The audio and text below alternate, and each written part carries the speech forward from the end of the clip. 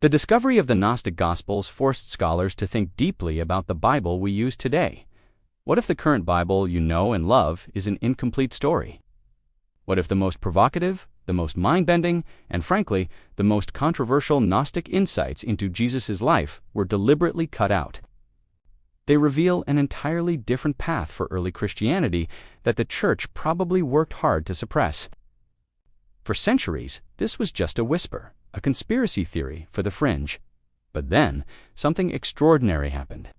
In 1945, an Egyptian farmer digging for fertilizer near the town of Nag Hammadi discovered something when his spade landed on a hard object.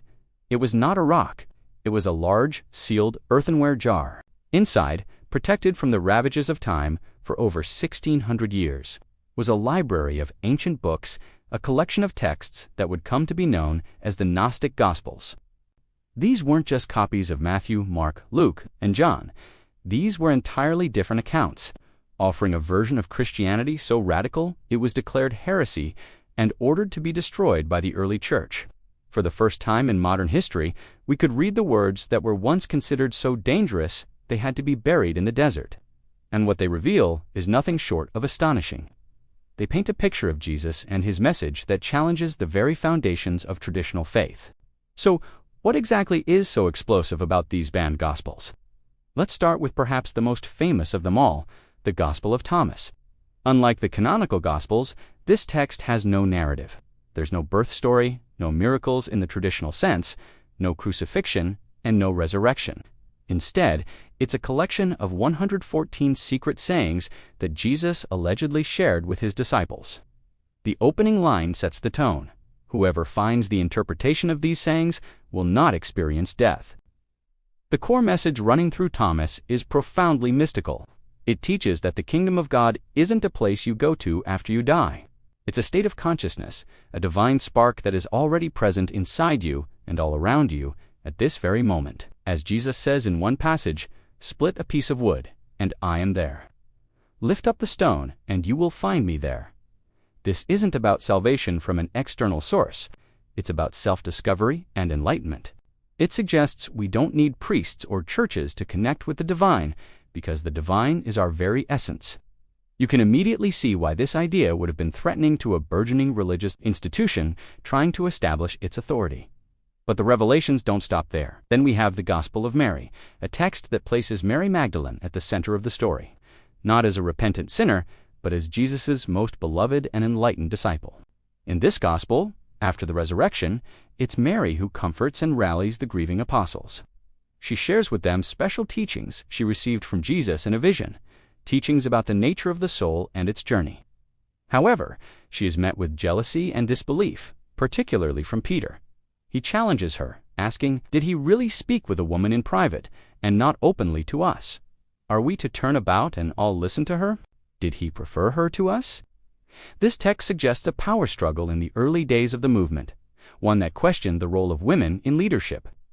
It presents Mary as the true spiritual heir to Jesus, someone who understood his message on a deeper, more esoteric level than the male disciples. Was the church that we know today founded on the suppression of its most powerful female leader? The Gospel of Mary certainly makes you wonder.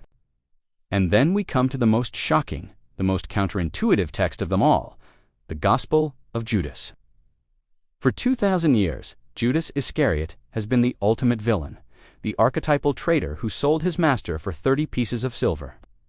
But this gospel flips the entire narrative on its head. It claims that Judas wasn't a traitor at all. In fact, it portrays him as Jesus' most loyal and trusted friend, the only one who truly understood his mission. According to this text, Jesus confided in Judas, telling him, "You will exceed all of them, for you will sacrifice the man that clothes me." What does that mean?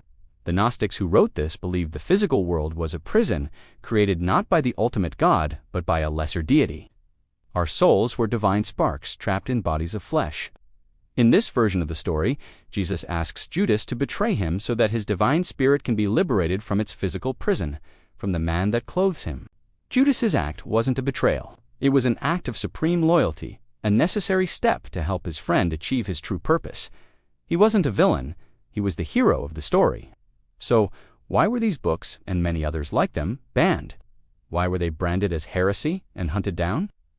The Gnostic worldview was fundamentally at odds with what would become Orthodox Christianity. The Gnostics taught that the God of the Old Testament, the creator of the physical world, was not the true ultimate God, but a lesser, arrogant being called the Demiurge. They believed that salvation came not through faith in Jesus' death and resurrection, but through Gnosis, a secret, intuitive knowledge of the divine within. This direct, personal path to God threatened the very structure of the early church, which was building a hierarchy of bishops and priests who served as intermediaries between humanity and God. The Gnostics offered a do-it-yourself spirituality, and for an institution trying to consolidate power and create a unified doctrine, that was simply too dangerous to tolerate. The campaign to eradicate these teachings was so successful that for over a millennium and a half, we only knew about them through the angry polemics written by their enemies. These secrets were meant to stay buried forever. Now that the sands of Egypt have given them back to us, we're left with a profound question. Are they true? Do these alternative Gospels represent a more authentic, original form of Jesus' teachings?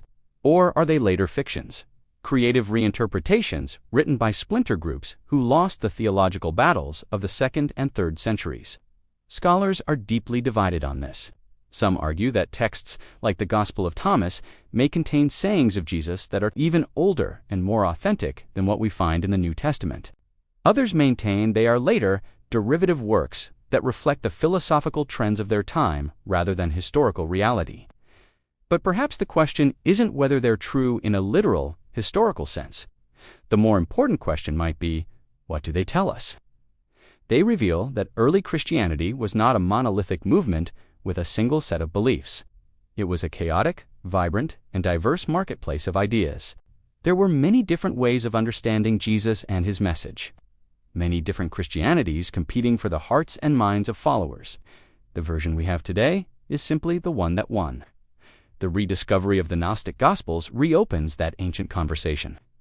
It invites us to look at a familiar story with fresh eyes, to question assumptions we've held our entire lives, and to imagine a different spiritual path that was almost lost to history. They challenge us to ask ourselves, what does it mean to seek the truth? What do you think? Why do you believe these incredible texts were kept hidden from the public for so long? Was it a power play, a theological disagreement, or something else entirely? Let me know your thoughts down in the comments. And if you want to explore more biblical and other mysteries from the past, make sure to subscribe and hit that notification bell. Thanks for watching.